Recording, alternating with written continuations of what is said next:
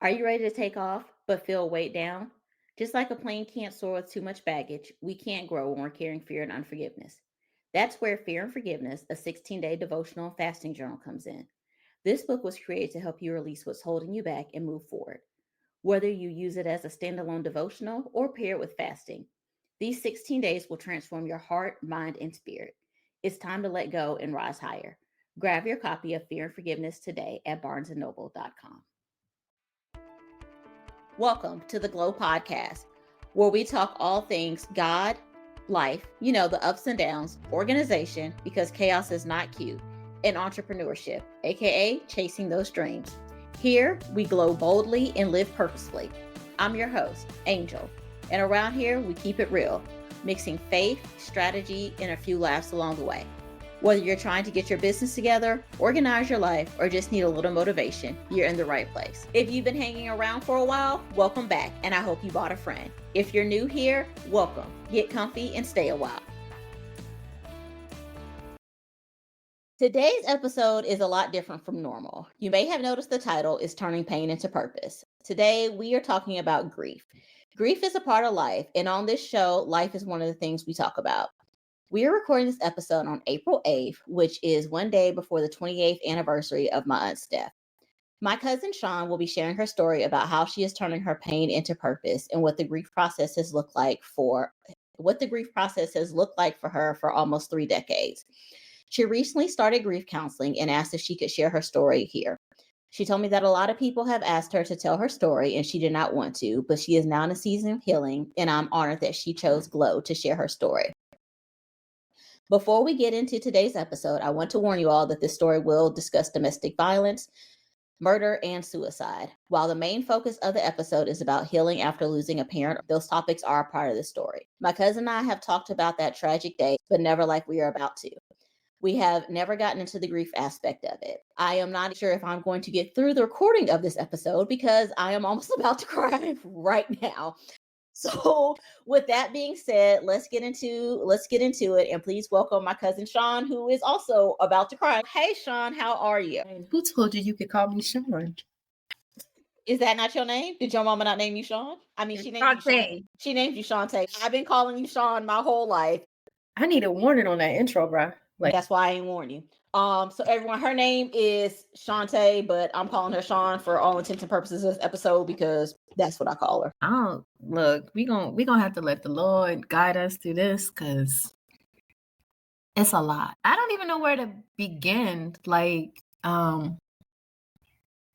So you say grief counseling. It was actually a grief group that I joined through my church.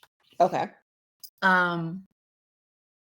I had finally kind of took the steps to officially join my church, and a part of that was finding a group. So I joined this grief group. It's called Heal. Was not expecting that when I joined, I would get immediate admission into said group, and that our first meeting would be this past Thursday. And it just so happens that the group is actually about to end. We have semesters for our groups. We have a group chat. But my first meeting, I really was just going to sit in there, I'm always quiet and observant at first and just kind of looking at facial expressions and really kind of feeling out the room. Like, am I going to like this? Is this going to be for me? Right.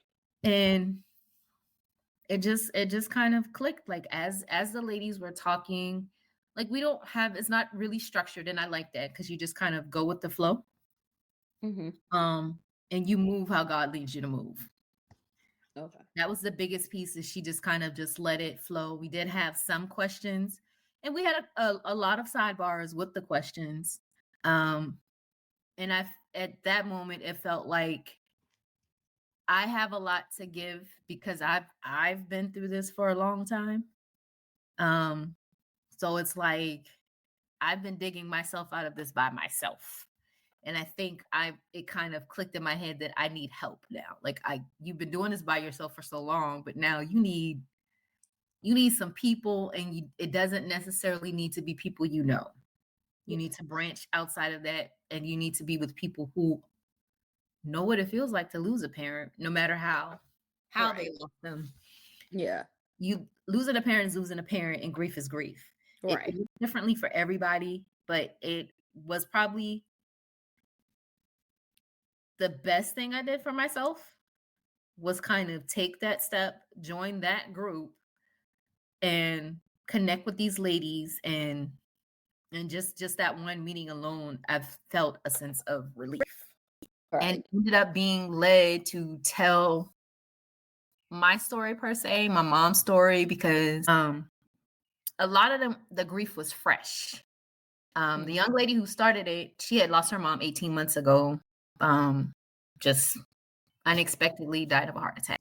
Oh wow. And just a lot of them, it was fresh and new. Like I think they were the newest with 18 months, but my mom's been gone for tomorrow will be 28 years. Right. Just listening to them and just all of the different things of they have recordings of their mom's voices or their dad's voices, because it's a group for people who have lost a parent. They have the teddy bears with their parents recording on it, or they have the clothes, or and it's like I don't have anything. I don't remember what my mom's voice sounds like. Yeah. Doesn't mean it was 97, so we didn't have, the technology that we have today. I mean, if somebody left you a voicemail, it was literally on an answer machine on a tape. The one recording that was left, I mean, unless I wanted to continue to pay the phone bill, which that would have been the only way. So it was like, and I had to admit that I felt a little bit jealous, or rather envious, that they still had that. And being the person in the room that had the parent that has been gone the longest and losing her at 19, it was like that was that crucial kind of transition year for me, because granted I was living on my own, but I still needed her. Right. And you were newly pregnant. Well, and I didn't know. Right. You didn't. I didn't know. So just kind of putting all of those pieces together, like literally these last few weeks, I've been reliving the days, because this year happens to fall on the exact day that it happened, and it's like remembering the conversations, remembering that March 30th, 1997 was Easter. That's the last Sunday that I can recall that I saw her. That's the last holiday we spent together. And so, it was like, why was that weekend so emotional for me? Because I had done, we have this thing called Fast Track at church, where you can go through the different growth tracks. Okay. And I had done that Saturday, and then I went to church that Sunday, but I was like emotional, and I didn't know why. Like I was in my feelings, and last week it all clicked, and it was like, oh, okay. Like I knew this tomorrow was the day, but Sunday didn't click until after. Right. Yeah. So it's just different things that have just been happening. Like I've been doing the work, because this has just been a season of a whole lot of things for me. Right. But I think now I just really want to embrace being fully healed from it, because we don't get the answers. We'll never get the answers. We'll never get the why. We'll never understand any of this, and it won't make sense. But it's affected me in relationships, friendships. Like I'm everybody. If you know me, it's like I don't let a whole lot of people into my space. So me doing this with you is big. Yeah, because you letting everybody into your space now. Started with that grief group, because it's like the seed had already been planted, and there's been plenty of rain, and it's been being watered. But literally one meeting, and I had to tell the ladies that I was like, one meeting with you ladies has opened up so much that I wasn't ready for. It got real thick and heavy in the room. There were a couple of other ladies that expressed to me on the side that they had gone through the same thing. So it was like, you're not by yourself in this, and it's just, I think the amount of strength that I have that people keep telling me I have. And it's like, you have no choice but to be strong in a matter like that. So it helped to get it off. And then they just really, at the end, just really embraced me, poured into me. And I did something that I don't do, because everybody know I hug, but I don't hug. Like, you got to know me to hug me. It's super emotional because all the weight was like lifted. See, and they put it out there like, you should do a podcast. And I'm like, I don't know about that. And then you happen to make a post about the changes that you're making with your podcast. And I was like, if I'm going to do it, I need to let my cousin do it. Because one, you have a podcast. But two, you share a birthday with my mom. We talk about my feelings, but we never talk about we talk about how y'all feel, but we never really went through it. So it's like, if we're going to talk about it, let's get into it. Because there's things that y'all don't know. Yeah. Like, I may say stuff here and there, but there are things that y'all didn't know or that no one really knows. But if I'm being real, I feel like the family left me. Everybody embraced my brother, but because Sean didn't do what y'all wanted her to do, I was kind of out here by myself. That's how I felt. Like, you have your hit or miss people who might check on you, but it was like, I still needed people to be there for me, and I don't feel like I had that same support. And then everyone to me was a little selfish because it was like, I was 19, Addis was 24, 25. And see, I saw I guess kind of the opposite effects of that because I was 11 when it happened. And, as an 11-year-old, nobody really tells you what's going on, but I was an eavesdropper. So I would eavesdrop in on conversations. I'd be sitting on the steps, listening to stuff, or I'd be pretending like I was doing something else. I saw where there were people who did want to help you. And of course, nobody knows what state of mind you were in at that time, because it was a tragic, I don't even understand, I can't even explain it. It was tragic. And so I saw where, of course, not everyone, as you said, there were people who were just kind of like, okay, whatever, she's not doing what we want. But then there were people who I felt like trying to help you, but maybe because of the people who were already like, well, she's not doing what we want, so we're just kind of push her away. I don't know if that kind of got into your mind that everyone is like that and that everyone is just trying to be like, okay, telling you what to do. And if you're not going to do it, then we're not going to do it. And, especially with the older, because all of our family is kind of older. So, with the older generation, they can come off a little harsh at times and be like, okay, you're going to do this. And this is what I need. And the way that they say things is not always the best way. As you just said, you don't put people in your business. And so sometimes I feel like you may have looked at it as people were trying to get in your business versus people just trying to help you per se. I think it more or less lies on the delivery. It's not what you say, it's how you say it. And you can say stuff and you can really have the best intentions for it, but the way you deliver it, it comes off badly. And that time was a vulnerable time for all of us, still reeling from the events of all of that. And then 2 months later, we lost Uncle Henry. So it's we had all of this going on, and I feel like emotions were high. Everyone's kind of we don't know what to do. We don't know how to handle this. It's affecting everyone in different ways because grief looks different on everyone.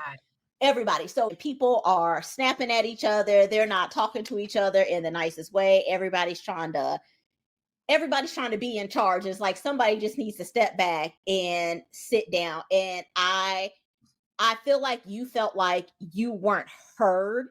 And I feel like you felt like I wasn't. You weren't heard. And I feel like, as an adult and then kind of looking back, that people still looked at you as a child, even though you were 19, in their eyes, they're not seeing a 19-year-old at that time. They're seeing a little girl who just lost her mommy and she needs this. She needs you to tell her what to do. But you needed someone to listen to you and you needed someone to talk to you and not talk at you.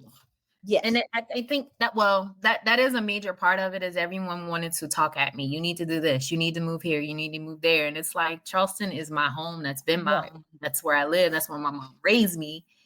Why do I need to uproot my life just to make it convenient for y'all? Right. Like, I was already living on my own. I had a job. I was going to school. Like, I was doing all of the things. Yes, obviously a setback, but I had to figure out how to function without her, somebody that I talk to probably pretty much every day. Right. You know, I may not have, at the point after the time I moved out, I mean, I may not have talked or saw her as much, because there are other factors that nobody knew about. Right. The only reason I moved out is because he told me I had to leave. Because you moved out like a couple of months before that happened, right? I moved out when I think I was 18. Okay. It might have been the same. I don't think it was the same year. It might have been a few. It was still some months before that. Okay. I just can't remember the exact point that I moved out, but it was just there were different things going on in the home that nobody knew about. I don't know how many people knew about when we initially moved out. I don't know how many people know that I had to wear a cast for a few months because I have fractured bones in my right wrist, because I thought he was attacking mom. All I know is I heard a boom, her on the floor, and I went in swinging. And it wasn't so much that he hit me. He was trying to restrain me to keep me from hitting him. Them TVs back then, black. And when he went to restrain me, he slammed my hand back against the TV. And next thing I know, we're moving out. But 2, I'm in an emergency room. And 3, I end up in a cast. And then I had to go stay with my dad for a little while. Right. And then not long after that, you know, we were bouncing from hotel to hotel during that time until she found an apartment for us. And we ended up moving into a townhouse. But I guess he wanted to work things out. So eventually during that time, we ended up moving back into the house. And I was not happy about that.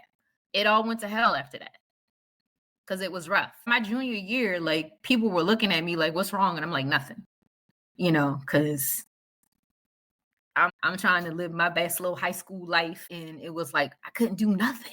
Like, he wanted to be strict about everything. And it was like, I ain't doing that wrong, but, you know, I wasn't happy about her going back. Granted, yeah, okay, he didn't hit you, but what was the argument about in the first place? Like, she's already been through that in her lifetime of being in a physically abusive relationship. Right. So it's like, now you're in this mentally abusive relationship. And, you know, there was a period in time when he stopped her from going to church. She would send me. So she was going through a lot of stuff that she kept quiet about. I knew it. Wasn't my place to say. It's like so many different layers to the person he was and the person he became after he retired from the military. So dealing with that, being in that house, and having somebody that's supposed to be like another father figure not be that. Like, my own brother wasn't welcome in the house, you know. Right. But then it's like he was waiting for me to turn 18 to get me out of the house. And when that day came and I was out of high school, because I graduated when I was 17. And, you know, me and my mom were close. Like, we used to work together. Right. Yeah. I don't know too many people who want to work at the same place as them. Well, my daughter, but that was my lady. Yeah. So to be told, like, I just remember him saying something to her, and it was just like, yo, you don't have to talk to her like that. Like, she didn't do nothing to you. Like, why, you know? And the man looked me in my face, and you might have to bleep some words, but his words were, you're 18, you can get the fuck out of my house. Those are his exact words to me. She didn't hear it. Talking about like the last time that you saw her and stuff. And I know in the group chat the other day, we were all talking about how we all saw her at different points in time within like the last week or 2 of her getting killed. And I remember she came to our house because her and my dad were getting ready to go to Florida to visit our uncle who was sick with cancer. And me eavesdropping, I heard her like talking to my mom. I don't know if I heard her talking to my mom, or I don't know if I found this part out as I got older, but anyways, saying that when she came back that she was going to leave him because he had bought a gun and she just didn't want to be in the house with that, because I remember hearing that she thought that he was filling out an application for a job because, as you said, he had retired and he was sitting around at home, and she found out that it was actually a gun. Like that, I remember after everything happening, it was just like conversations about, okay, we should have just got her to stay at the house with us, and somebody else should just went back and like got her stuff, and like all these, different scenarios of what if and like that. And even I remember for me hearing like what happened, I was like, oh my gosh, like why couldn't she have gotten away? I was like, what if she tried to like try to go out the front door? Because of course I knew how the house was laid out and I knew where it started at. And I'm like, oh my God, like she couldn't have ran out the front door, like jumped out of a window or something. Like all this stuff was, like going through my 11-year-old mind. And I'm like, no, Why? yeah, like why? And I'm like, oh my gosh, like she, all this stuff is just like going through my head. And I think it went through everyone's head. Yeah. And I mean, I just the application he was filling out, it was right when they started allowing concealed weapons permits. Okay. He already had the gun. Oh, he already had it. Okay. Yeah, before we moved out that first time, like my junior year, he had already had it. He always had a gun. There was one day where they were outside, like in the front yard, and she was just standing there, and he just kind of lifted it and shot it in the air, like right by her ear. The days leading up, so there are different things that were told to us from the detective, some stuff from the coroner. I got like bits and pieces, but he apparently was keeping a journal about different things he was doing. Like he was literally stalking her. How you stalk your own wife, don't know. But he was like driving through the parking lot to make sure she was still at work. Things like that. Logging when he had the gun, he took out the gun. Of course, these are things she didn't tell me, but other people have told me things where there was a time where she woke up one day and he was standing over her and her, she was in the bed. He never slept in the room. He always slept in the chair in the den. So he was weird for a long time. So at some point in time prior to that, the application was a concealed weapons permit. Okay. Gotcha. And I've been told like sometimes, and he never used to come in Piggly Wiggly ever. He always went to it's Food Lion now, but it was Bi-Lo. Oh yeah, I know. Right across in the neighborhood, but yeah, that was he would either there or he would shop on the base. So very rarely, if ever, came into our store. But there were times where he would just walk in and walk around and look for her. And it was like, when did it get to that point? And that's the part that's a little sketchy, is like, when did that happen and why did that happen? Because that wasn't him per se. Like he was him, but not like that as far as I know. Right. And the same questions you had of not letting her go to the house. She had worked that day. 3 to 11 was her shift. She was the assistant manager. And I had just started working at National Car Rental at the call center. So I would call her on my breaks just to, because that's just what I do. Right. My phone wasn't on at home, so I would always call her when I was at work. But I remember like our last conversation, of course, these things don't make sense then, but as the years have gone by, they make a whole lot of sense now. And it's almost like she knew. That's experiences I've had is when someone knows they're about to die, they always tell you how proud they are of you, how much they love you, all the things that they want you to do. That was the gist of our conversation. Her just telling me she was proud of me, she loved me. She wanted me to finish college. That was like a big thing for her, is just make sure you graduate from college. And I'm like, you act like you ain't gonna be here for that. Like, I'm like, okay, girl, like I love you too. Like, what are you talking about? Like everything's cool. Now, mind you, a week or two before that, which was also the last time I was at the house. So maybe I did see her after March 30th. March 30th is the last holiday I remember. I went to the house because I needed an outfit. If you know anything about my mom, she loved shopping. Mm-hmm. And like she had 2 closets full of clothes, but one of her closets she kept was like brand new, like tag still on it. So Oh, so that's where Wanda gets it from. yeah. Yeah. So she, so I was like, oh, I need, well, one, I need clothes to wear to work, but we were the same size. So I remember going, pulling outfits, trying on an outfit, tried it on, and we were just sitting on the edge of her bed, just talking. And she was like, Sean, you're pregnant. I was like, girl, please. Like, mama, I can't even get pregnant. And she was like, no, you're pregnant. I'm like, no, I'm not. And I was like, if I was, I would have told you. She was like, well, you are. And I'm like, no, I'm not. We just sitting there, just chit-chatting, talking or whatever. I get my stuff, I leave, and as I'm going out the door, he tells me, you can't come back here no more. You already kicked me out the house. Okay, fine. But that was the last time I was allowed. And I couldn't, you can't come. Don't, like it was so bad. Like prior to like, don't come. And I used to go to the door and just come in like when she was getting ready for work because we used to share a car. Right. That stopped. Then it was, you don't need to honk the horn. She know what time you're going to be there. Like little by little, it was like he was trying to separate us. And it wasn't possible. But that particular day, I remember him telling me that, like, yeah, you can't come back inside the house. And I think it was like my 6 o'clock break that she was saying all of that. And I happened to coincidentally get off at 11 o'clock. I was supposed to call her back on my next break. And I don't know what happened or why I didn't, but I didn't call her back on my next break. Got off work and well, he my baby daddy right now, but at the time he was my boyfriend.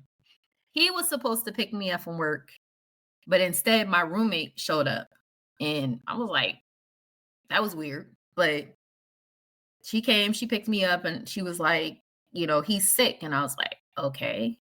So I get to the house, like he's not feeling good. She was kind of not feeling good herself. Like she was a little off. Your roommate. My roommate. And I was feeling some kind of way because it was just like this. You need to go to your mom's house or you need to call your mom. You need to go. And I'm like, I'm not going over there. It's late. I'm not going. Like, I don't know what's up. So mind you, this is after 11 o'clock. By that point, she's off. By the time I'm leaving work, she probably was on her way home or probably already home because the job and the house wasn't that far apart. Yeah. Go home, couldn't sleep.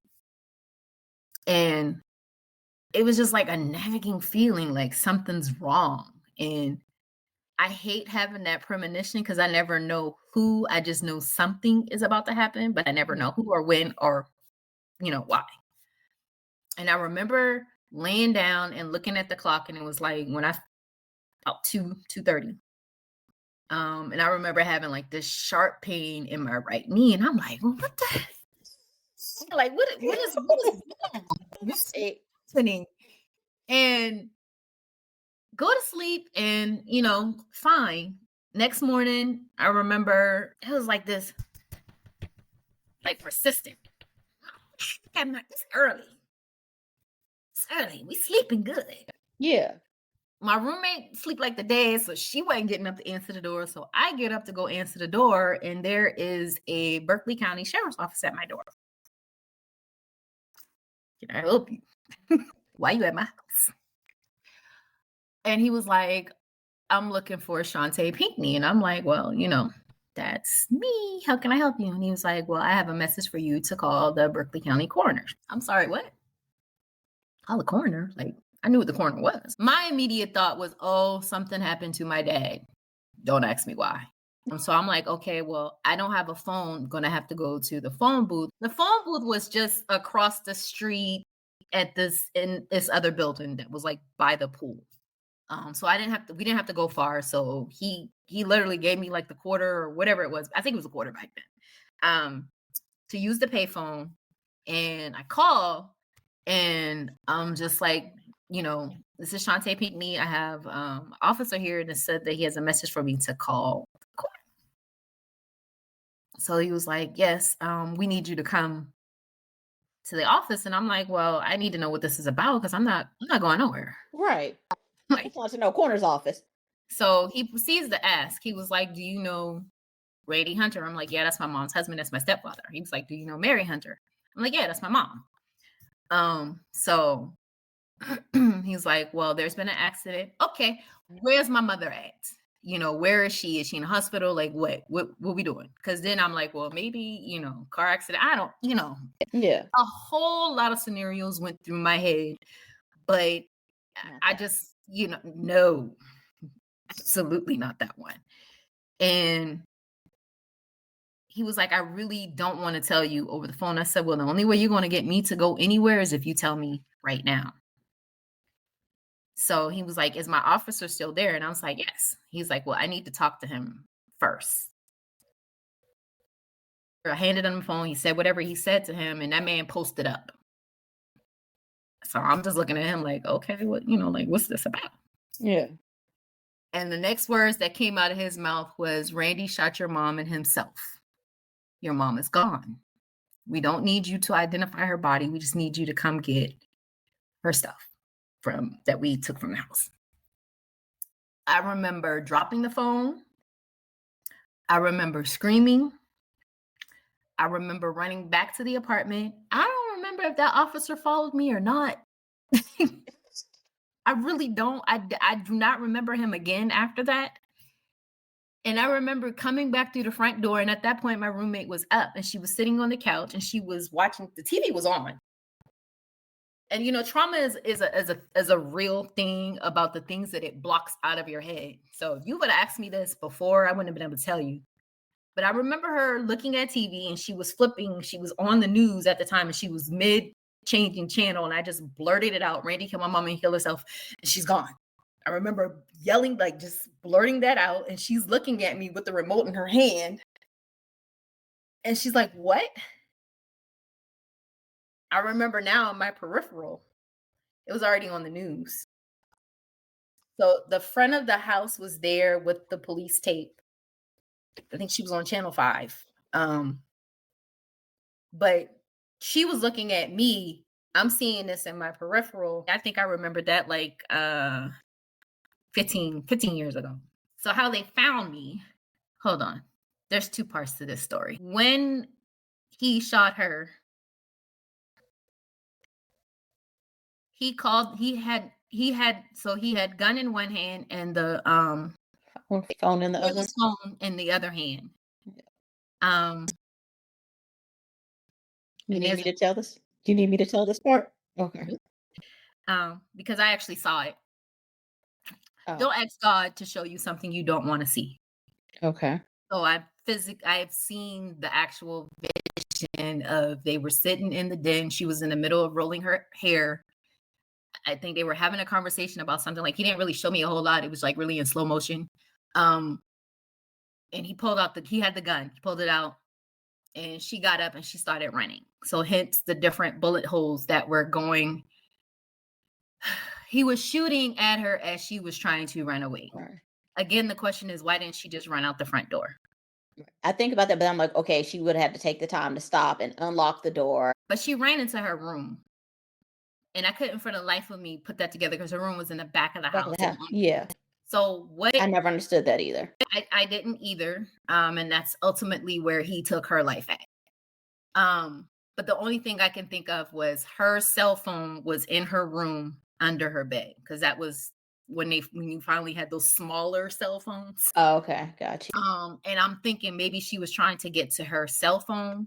That's really the only thing that I can think of. But after he shot and killed her, and it wasn't just one time. No. He emptied a clip in her. And then reloaded. A 9mm, reloaded. And as he was walking back to the other side of the house, he called the police to tell them that he shot his wife. The front door would be open. He had turned on all of the lights in the house. He had unlocked the front door, unlocked the screen door. And then after he did that, he went in the den. I can tell you he was sitting on the floor in the den.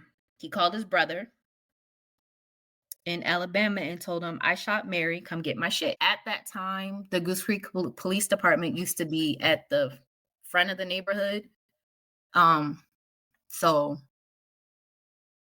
in the time that it took for him to call, to tell them and call his brother, as he was on the phone with his brother, the police were walking across the front yard. And they heard the last shot. And that's where they found him first. Because, of course, naturally, they just walked in the house. And I think they went in the direction of where the shots were coming from. Right. Brother was still on the phone. This happened at like 1:30 and 30 in the morning, right? It happened at 2-something in the morning. Okay. But as far as his family knew, I was still in the military. But I had came home. No one knew that I actually came home and moved out all within that time frame. So they told them that I was in the military. So they were about to have the Red Cross look for me. But what ended up happening is they had to wait until Piggly Wiggly opened. And they went to her job, and that's where they found out that I was her emergency contact. That's how they got my address of where I lived. And were able to send the officer to me that early in the morning. So everybody at Piggly Wiggly knew before me. Anybody who saw it on the news knew before me.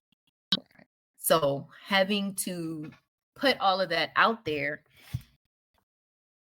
and then like during the course of me telling my roommate, now we're trying to, because I completely forgot what day of the week it was at that point.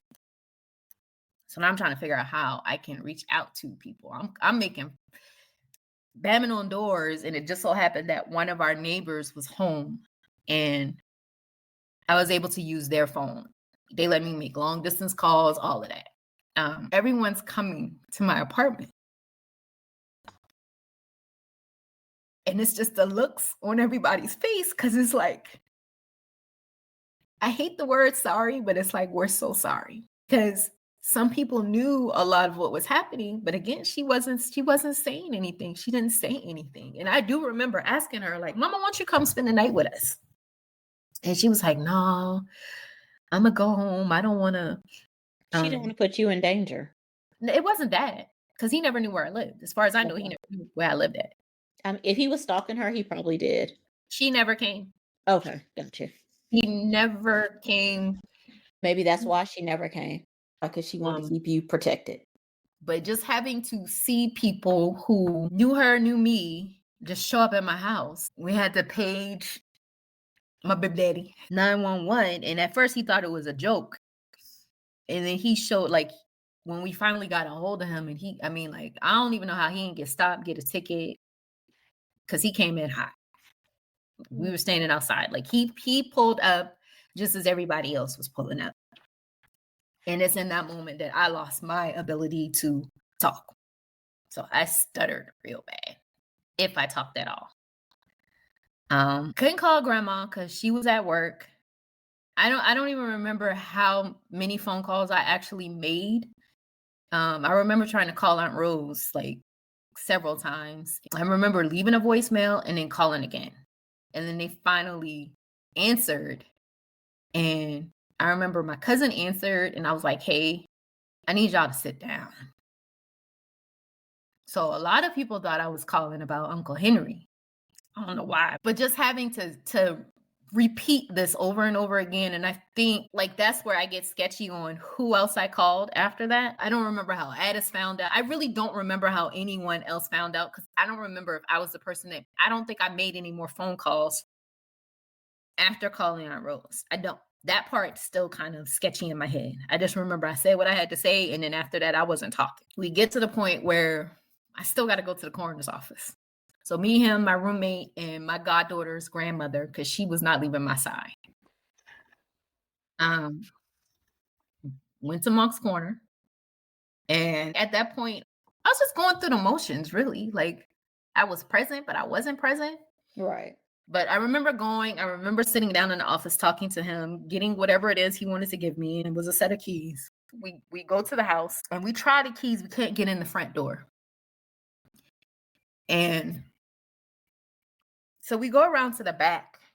It's easier to get in through the back door than it is to get in through the front. I don't know where he pulled that strength from, baby daddy. But he was so angry. I think we all were. Yeah. And our family has so much grief about this person, but they don't know what he went through in that moment to even make sure I was still standing. Right. I just knew I needed to get in the house. Couldn't get any of the keys to work. He kicked in the back door, and then you have another door. And it just so happened that that other door was unlocked. And as soon as we walk in, we're in the den. And that's right where you see, because it's not like they covered anything up. Right. Brain matter, blood, everything still there. And he was like, I guess that's where the coward shot himself at. We, so I'm just walking through the house, and my immediate reaction is I'm going to my mom's room. And it's just blood. And I'm sitting on her bed. And it's just like, why? I don't know what I got out of there. Like I didn't pack anything up. I think I really, one, we needed to move her car. I remember going through stuff. I went through his car. I know at some point in time, his family got there. So they actually stayed in the house, which was the most ass backwards thing ever. Yeah. The landlords, granted, they were great people, but they were like, they wanted the house back. Right. So there was a whole process for weeks after that of getting the stuff out of the house, like just you planning a funeral. Mm-hmm. I think I was trying to find paperwork like that. It wasn't so much me. It was my my goddaughter's grandmother was like, we need to, find whatever documents you need. Yeah. Get your mom's stuff out, get, like personal stuff right now. Like all the rest of the stuff we got later. But just going through that process of planning a funeral, now you got to go through this visiting thing. I lived in an apartment. I didn't want nobody coming. I had to make a lot of big people grown up decisions at 19. That's not the first time dealing with death, but that's the first time that I had to do this. Right. And essentially, for the most part of it, I was doing it alone. And this is where you find out how strong you are. Because even in those moments of not being able to talk, function, eat, none of that, what I realized is I couldn't fall. And a lot of people ask that, like, how did you deal with that? I couldn't fall. If I fell, my brother was going to fall. And he's the oldest, but guess what? I'm the strongest. Right. I am my mother's child, and I am resilient, and I have to bounce back from this. So I don't know where it came from. I know this is probably the worst thing you could say is I had an immense amount. I did not like God for a long time. A long, long, long, long time. Like I was just like, you're not my friend, dude. Like you ain't the homie. Because why did you let this happen? Like, how could you? How dare you? Like, why is this a thing? Like she rocked with you heavy. Right. And you let this happen. Yeah. It was I had a lot of those questions too. I remember being at the hair salon with my mom the day before the funeral and getting our hair done. And I was like really, really upset, like visibly like upset, shaken. And I was just outside on the sidewalk in front of the beauty shop and I was just like walking back and forth. And I remember like talking to God. I remember like talking to Randy, like, how could you do this? How could you take my aunt? And this is, an 11-year-old me, like I'm still not fully understanding it. And I had the year before in July, a lady who I called other mommy, she had passed away, but she had died because she had been sick and old age and stuff like that. And so at that age, I'm thinking that that's the only way that people die, is because they're sick or they get old or maybe even a car accident. But to really think that someone else can like take someone's life, it wasn't something that I could fathom. And I really think that that's where like my obsession with death and true crime podcasts and like Is that where that came from? I really think that that's where it came from, like, because I just like, wait, somebody can actually do this? How can this actually possibly be a thing? Like, I didn't understand it. And I remember it was such a weird day. It was such Yes. a weird couple of days. I was in the sixth grade and I remember being in class and sitting in class. And it was like 11 o'clock, 11:30. And I just kept staring at the clock, waiting for the school day to be over. I just remember being annoyed and in a bad mood, but I didn't know why. I get home and my dad was never home when I got home, like ever. And so I pulled in, I'm like, why It is was a my dad? weird day. Yeah, I was like, why is my dad home? I was like, that's weird. I punched in the code to get into the garage goes up, my mom's car's in there. I'm like, why is my mom home? I was like, this is weird. I was like, who died? You know, just like a joke in my head. I'm like, who died? Like, what's going on? This is so weird. Okay. I go into the living room like I'm going doing my normal routine. I'm like, man, this is supposed to be my time by myself. They messing up my day. It's my time to be in here and just chill. No parents, do what I want to do. So I'm going to like get my snack and I walk in and I'm going past the living room. I see both of them sitting there. I remember my dad was sitting in the recliner and he was on the phone, and my mom's sitting on the couch and she's crying. And so I'm like, what's wrong with y'all? I was like, who died? And my mom just looks at me and I'm like, oh, somebody did that. My dad's just on the phone, like head hanging down. And I'm like, what's going on? And my mom's like, your Aunt Mary. I was like, well, what's wrong with Aunt Mary? And she's like, Randy killed her. And I just remember stopping like dead in my tracks. I'm like, I'm sorry, what? What? Like, can you say that again? I also remember that we had a book fair at the school, and I'm still like processing it, but not really processing it. So I was just like, I got this book from the book fair, and I know this isn't the right time, but here it is because I didn't know what to do. I did not know how I was supposed to process this or what I was supposed to say. I do not remember anything after saying about the book fair. It was just so strange and so weird because, as you said, we shared a birthday, so we had a special bond. And she was my favorite aunt. Like, she was so sweet. Everybody Just is so, favorite. yes, like just so sweet and so real. And I don't know, like Aunt Mary was just the absolute best. And I couldn't fathom in my mind how that could happen. Back in 97, grief counseling and talking about stuff, and especially in the Black community, that's not what you do. You figure out a way to move on from it and to just go about your life and to go about your day or whatever. And it affected everyone, though. It affected us all in our own ways, in our own shapes, and we all acted out and did things in different ways, whether we realized that it was a result of that or not. I remember the day of the funeral clear as day.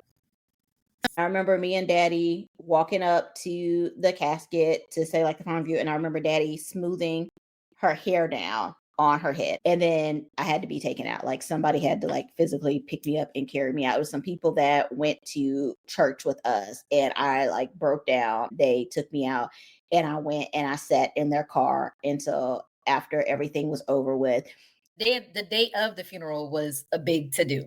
Number one, I didn't want to get up. Number two, I didn't want to go. When it got to that final day on April 12th, that Saturday, um, I didn't want to. I have no clue where my brother was during this process. I mean, I remember him at the funeral. Even leading up to the funeral, that was a big deal because grandma wanted me to have her body transported to Georgia. Georgia, I remember that. I remember No, that being a big deal. no, your child, my mama. I'm doing Right. what I want to do.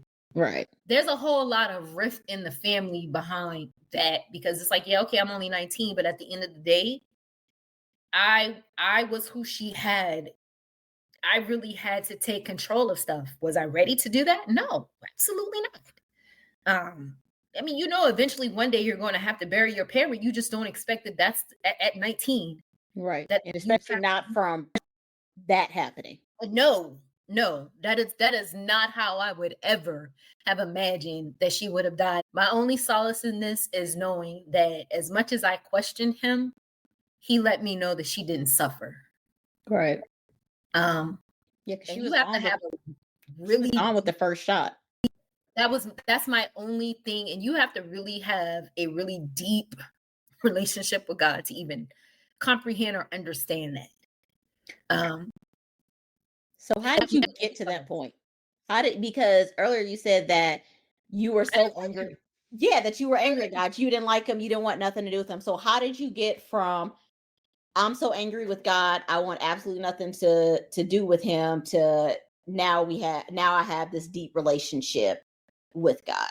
The deep relationship, I've always had a relationship with God. Me not liking him and me not being able to understand that part of it still happened during the same time. Because that vision happened after I had Jay. He was 3 weeks old. And it happened when I was in Georgia. So it scared the bejesus out of me, literally. Having that vision and seeing it and then getting she didn't suffer. So I was still mad at him. Yeah. I knew what a relationship with God looked like. It's how did we get here is what's really important, is how do we get here? Right. So that should be my question. How did y'all get how did we to get where you are? here? Yeah. Where we got to, I had to do the work. Like it started with forgiveness, because again, we know forgiveness isn't for the other person, it's for you. Amen to that. And I had so much hatred in me for Randy, and that's even a big deal because before he was my mama husband. I very rarely, if ever, said stepfather. It was my mama husband that killed him, not, the other way around. So saying his name, I can't let him hold me bound. It takes a lot to get to the point of forgiveness for anybody. It does. But it's if I want to be free from something, I have to let it go. So I had to let it go. And I remember it happened around 2012, 13. I remember driving to work and just like all of a sudden, boohoo crying. I'm in traffic. That bridge moves when you're going across it. And it was like God convicted me in that moment. And it was like I remember making a Facebook post about it with tears in my eyes when I finally got to work, sitting in the parking lot, like, putting out his whole name. I forgive you. And that did give me a somewhat sense of relief. I know there's a higher purpose. She was an amazing person, and not a lot of people can say that. She was an amazing person with a wonderful spirit. She was. She really was.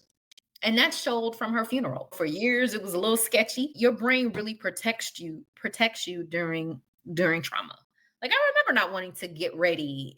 I remember having to be walked to the car. I remember it being a big thing because I wanted him to ride in the limo with me and they wouldn't let him. I know my brother was there. I know we were in the same limo. Uncle John had me. Okay. I do know that much because I wasn't sitting up. And I remember laying in Uncle John's lap, like my head was in his lap because I wasn't really crying, but I wasn't functional. During that time, I thought I left it to immediate family. I just remember people showing up and people getting in cars. And I was visibly upset about the fact that they wouldn't let him sit in the car with me. Like it was like, oh, he got to drive. And it was like, okay, whatever. We got through that part, but it was, well, you better make sure my car is right behind this limo. Like, I don't have to be the first limo, but you better make sure he is directly behind because he got to be there when I get out this car. And I remember walking into the church. I just didn't remember all of the people until years later. There was well over 100 plus people packed into that church, as well as in overflow, from my understanding. People with balconies, people were standing. Just a lot of people because she was very well loved. Yeah, she was. And that day of the funeral was just crazy. Like you remember being taken out. I think me and Addis were the last. We were. No, I know we were. You got to see. I didn't, because I never made it that far. I remember they got to the end of the final goodbye, and there's this like thing that you cover their face up with before they close the casket. but you don't know how strong you are until you are strong. And Right. and they tell me this all the time. They were like, you got up because you said you wanted to do it. You were holding our hands and you were trying to make your way, and you just kept swinging our hands back and forth. And I remember doing it. And before I got to the casket, it was a wrap. I don't even know how Wanda made it through that day either. Because again, my mom was everybody's favorite. And I wholeheartedly believe, and I know for a fact, even after all those events, that she was the glue. It was rough on everybody. No one knew what to do, how to handle it. But that was a lot to get through. Mm-hmm. There was a lot to get through. And then we really still didn't have an ending because it rained. Yep.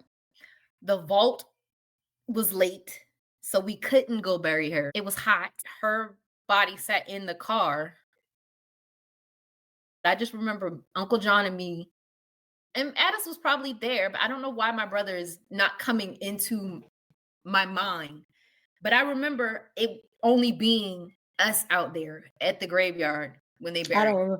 I don't remember going to the Nobody else was graveside there because we had to wait because they had to pump water out of the hole. Okay. My brother, and I know this was rough for him. Yeah. I know this was rough because we have the same feeling of we felt like we could have saved her if she would have told us. Right. He's the son, he's the oldest, but that's my mama baby. Right. We both were her babies. And we both had our feelings about Randy. I know he took on a lot. I took on a lot, but I just knew that funeral was probably the last time that I felt because I had to hold him up. So I carry a lot because it's like if I fall, he falls. Right. And I can't let him fall. Right. So I got to suck this up and be there for him. That's how I felt. Yeah. Whether or not I did a good job of that, I don't know. I mean, we try. Is our relationship the same? No, it's not because we lost our mom. There wasn't really anybody to go to talk to about it. Did I try actual grief therapy? Yeah. My kids, and see, that was a whole nother issue. Didn't know that lady from Adam at my mom's funeral. Like I hadn't even met my kid's father's his family at all at that point. Like I didn't know them, but they showed up. And she did her absolute best. She tried to get me in therapy, and the first thing they wanted to do was drug me. And I was just like, I don't want to do this anymore. Like this, they just trying to give me medicine. Like she was like, you need to go to therapy. And I'm so grateful that, she tried. Right. And even after, before, during, after, the one thing that she always did was, and I said this in my grief group the other day, is even when I didn't want to, I had to seek the light because I slipped in darkness a lot. Mm-hmm. I mean, that's clear by I gained over 100 pounds. I went from losing my mom, losing my uncle, and having a kid all in the same year. Right. Finding out I was 6.5 weeks pregnant 2 weeks after she was killed, going through a whole pregnancy, and then losing, because we knew Uncle Henry, stage 4 lung cancer. But, as I remember things over the years, he went downhill after that. He was already bad off. Like it was just a matter of days, and he actually hung on for a little bit longer. We lost him, and it was like, dang, we ain't even over mama yet. And here we are. I just remember being at Uncle Henry's funeral, and that was rough because it was like, who am I mourning? Am I mourning my mom or am I mourning my uncle? I remember being taken out of that funeral. But just going through those life changes and challenges, and in a moment where I felt like I was alone and abandoned, like there was this woman that my family had a problem with for all the wrong reasons, because she stepped up. She wasn't trying to replace my mom. Right. She was just trying to be there for you. She was just trying to be there for me. Our spirits meshed, checked in on me. Even after we broke up, Like she would come get me, when I didn't have a car, she'd come get me, take me to her house. I stayed at her house for weeks. Sometimes you need that outside person because everyone else was too close to the situation. As I said, everyone else was going through their own grief. They were going through their own emotions, and they were all trying to process it. And in the process of them processing it, the way they came off with things and the way things happen were not the best. And so sometimes you just need that outside perspective of someone who has nothing to do with the situation, doesn't know anyone or anything like that. They're just coming in to be there and to be a help. Yeah. And So. she did that. She tried her best to keep me from being in the dark. Right. She would show up and open blinds. Like when I say I wanted to sit in the dark, I mean in the dark. I wasn't opening no blinds, none of that. Right. None of that for years. Like I was okay with keep them blinds closed. We don't need to see outside. Right. And then I'd get into a good mood and I'll open it on my own. And it was like every year was different. It was hit or miss. Every year was different. You just do what you have to do. I intentionally now, and then Janiyah has so much of my mom in her that it's like when she got older, it got to the point where Janiyah was like, yeah, we're going to open these blinds here. My children, I think, take cues from me and I appreciate them ever so much because granted, they never got an opportunity to meet her. Yeah. In those days where I was in the dark, I would be in my room like all day. And my kids, I do remember. I mean, they were young, old enough, but still young. Right. Would come in my room. Like when I got to that point where they could be self-sufficient, I was slipping. And I would slip. And I would stay in my bed all day. And it got to a point at some point in time where Jawan would come in the room and he would just bring me something to eat. Like, you ain't eat all day here. Like I had to drag myself out of bed a lot of times. And I didn't know why I was in that kind of mood, solace or whatever. I was just, just there. But I had 3 kids. So it's like, you got these 3 set of eyes looking up at you. Right. You got to pick yourself up. So it's not that I was ever pushing people away. I had no choice. I think I've been disappointed so many times in life where it was just like easier just to do it by myself, because when I really needed people, they weren't there because they were focused on this person and that person. I don't need to be under your thumb for you to still be that support that I need. Like you got to let people live. And I think that's hard for a lot of people, is to let people live. Mm-hmm. And so now we're here. You said that Aunt Mary's death affected your relationships. And so in what ways do you feel like it affected your relationships? I think it makes it hard for me to let someone fully in. Fear has a whole lot to do with that. Is it because you're scared that you'll end up in the same situation as she did, or? Yeah, a little bit of that. And me having, I've been told I'm hard on men, so having a low tolerance. I don't know. I think that's all things that are going to have to be addressed as I go. So in 2017, we get to the purpose part of this pain. I've been wanting to do it, but I think fear among other things has kept me from wanting to do this. But in 2017, I started like the paperwork to at least form Mary's house, because I feel like domestic violence is such a major factor in, back in the day, it used to just get brushed under the rug. And it's unfortunate, as far as I know, twice in my mom's lifetime, she was a victim. Just remembering things of always being sent to Georgia every time something happened between her and my dad, and having the amount of injuries that she had, but her hiding that, like she hid her pain for so long. And then ultimately ending up in this marriage that she thought was good and thought she had a good man. And then he turns around and mentally abuses her and then ends up taking their lives. So the purpose piece of it is and it's still a work in progress, but we make it a little bit more progress than we made before, even though it may not seem like it. But we have Mary's house that we are trying to build. Yes.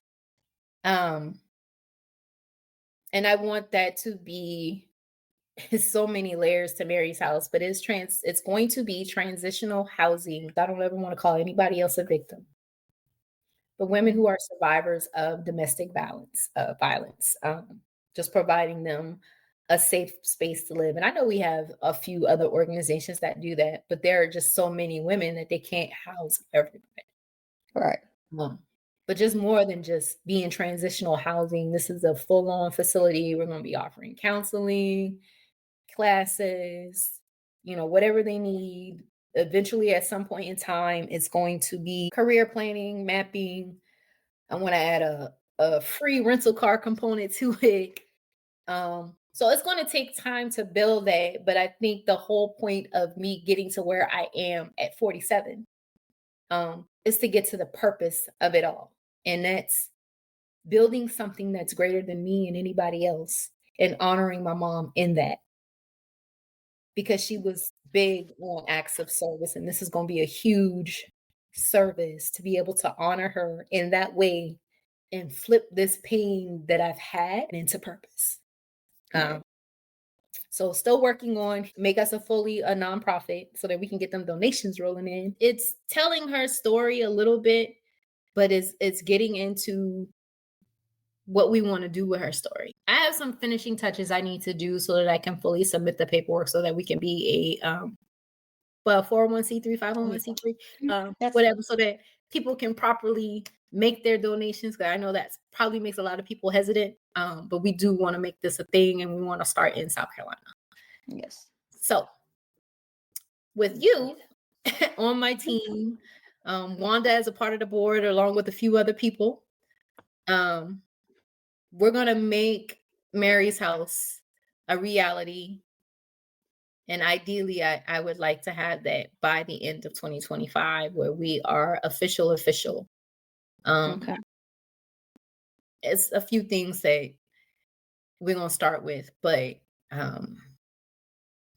the purpose of it all is Mary's house.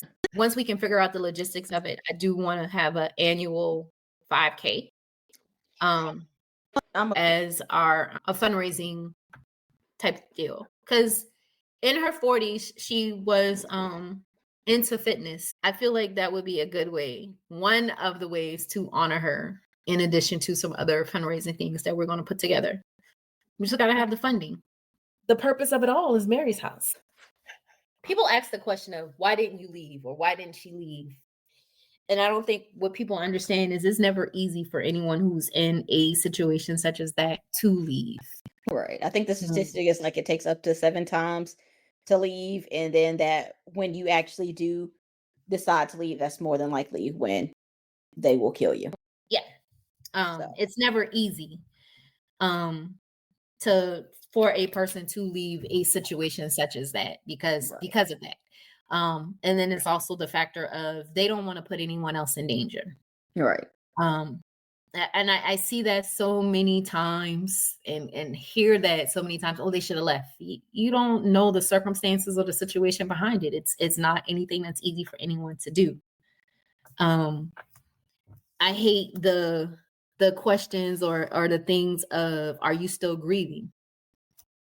I'm sorry, my grief doesn't look like you feel it should look. You have your good days, you have your bad days, you have your ups, you have your downs. I mean, even sometimes still like I'll get like really sad because I literally pass the turn to her house pretty much every single day. And I'm like, oh, I could be hanging out with Aunt Mary. We could have been doing Sunday dinners. We could have been going, just hanging out and chilling, getting our nails done, like, just talking or whatever. Anything. She has great grandchildren now. So it's just like, oh, I could have just been turning off there to go to Aunt Mary's house and be like, I don't feel like cooking today. Aunt Mary, what you cook today? Or, I could just hear sometimes being like, now, Angel, you know better than that. Just things, because we were robbed. Right.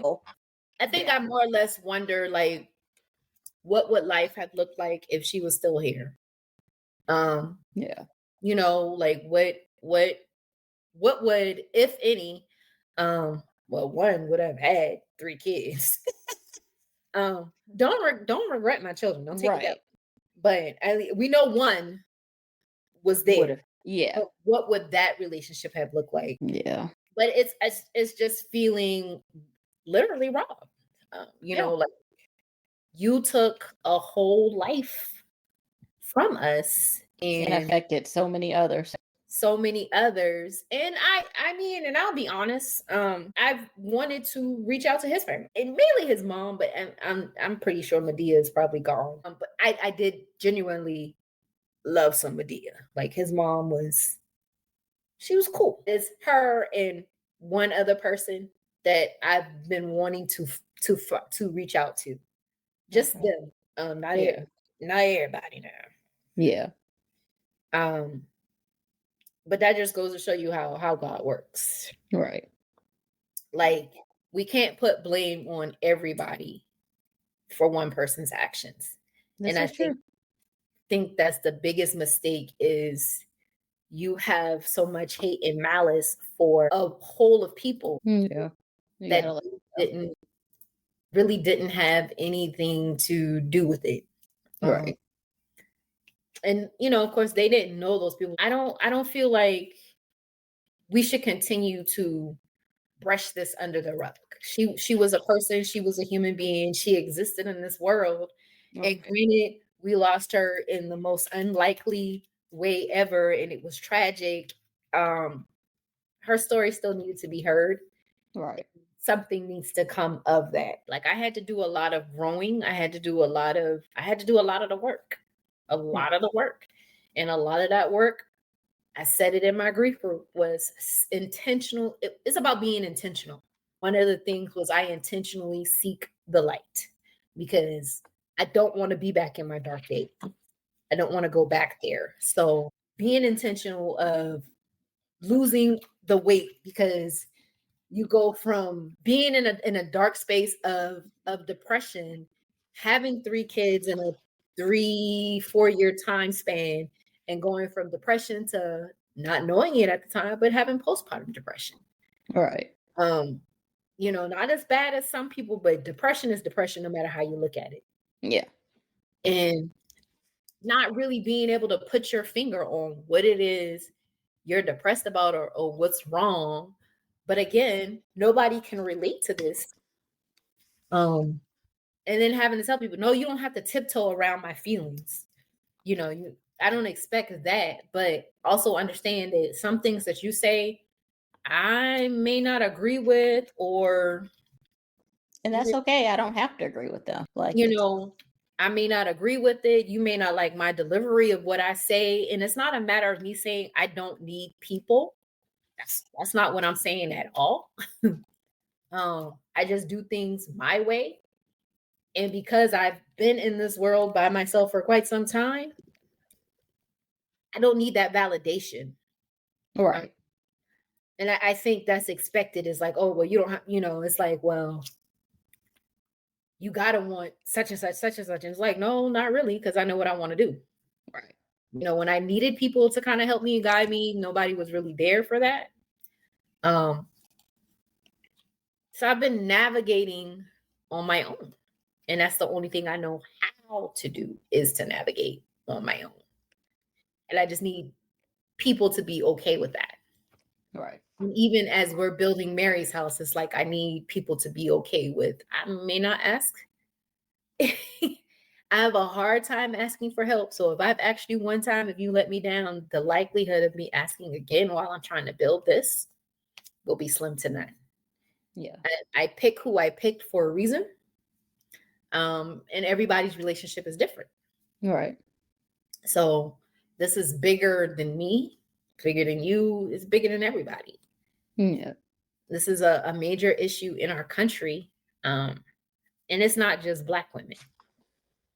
And that's the thing. It's not it domestic violence doesn't have a race. It's not just African American women that I want to help. It's every woman that has been in this situation that wants to leave and needs a place. Hopefully we answered all the questions that people may have. I know you said that the grief group is at the end of their semester. So how do you plan to keep up with this track over the next couple of months until they start back? We have a group chat. Are they on silent like us? Not yet, because they're not as chatty as y'all. No. We're still able to connect, and I think in between, like, there are little things that I haven't gotten like the whole ins and outs of it, but I think with the group chat, there'll be things that we'll still try to do to stay connected. Oh, that's good. So that's the biggest part. Okay. Well, I'm glad that you can still stay connected with them because I don't want you to lose the momentum that you're starting to get and that you're starting to build. I did ask one of the ladies, and I just need to follow up with her. She has a grief therapist. So I am considering actually doing grief therapy as well. There have been several tragic events since Right. my mom, and I don't always speak on that. I've been surrounded by death, I've been surrounded by trauma, but I personally have never done any of the work to address any of that. Like, not all of it is my story, but it still affects you in some way. It's things I'm considering. I'm being receptive. So what does a fully healed Chantha look like to you? Where do you hope that this group will have you in the next 6 months, year, 2 years? That's a good question. Well, first of all, I feel like the next 6 months is going to be taking the continuous steps towards healing. 1. 2, really embracing this new norm for me of being a part of not only the group, but also looking into therapy, and not just grief therapy, but I think therapy overall. I feel like that's important for all of us, but I'm healed enough to know that I can sustain a relationship. That fear is always going to be in the back of my head of, I hope he doesn't turn out to be like this one or that one. I mean, I've been through my own thing, so it's like I know what I will and won't accept. And I think that's also is like, I'm quick to leave, but I'm more or less focused on it being a relationship that's reciprocated. I have a lot of love to give. That one special person that can receive it, but also know that I got some things that I'm coming with. So, and I recognize that he may be coming with his own things, but I'm always trying to fix people. And I don't want to be the fixer anymore. And I don't want anybody to fix me. I just need us to both come to each other whole. So I'm hoping somewhere in the course of this healing that it won't affect any future relationship, and that future relationship leads to a stable relationship, marriage. Okay. I just want to be healthy, happy, and whole. Okay. I love that. I like that. And so on this journey of healing, how can I support you? You already support, because the whole purpose of this healing is so that we can fully get behind our purpose, which again is Mary's house, and making that the saving grace that so many women will need. So you're already helping on that journey. And then y'all just let me be me. I thank you so much for choosing this platform to share your story officially for the first time. 2, for being vulnerable, not holding back. 3, I'm also very, very proud of you for going to grief counseling. I know that that was a huge step for you and that it took a lot. I want to say that if anyone is experiencing domestic violence, or, someone that's experiencing domestic violence, you can reach out to the domestic violence hotline at 1-800-799-SAFE. which translates into 1-800-799-7233, or anyone that is going through suicidal thoughts, you can reach out to the suicide hotline at 988. So thank you again, Sean, for being on here and for sharing. Thank you for letting me do this and get this out. That's it for today's episode of the G.L.O.E podcast. Thanks for tuning in. I hope you're walking away with something that fuels your journey. And remember, glow boldly, live purposefully, and I'll talk to you next time. Loving the G.L.O.E podcast? Let the world know. Head over to Apple Podcasts and leave a 5-star rating and review. It helps more amazing listeners like you find the show and gets us featured in other shows' recommendations.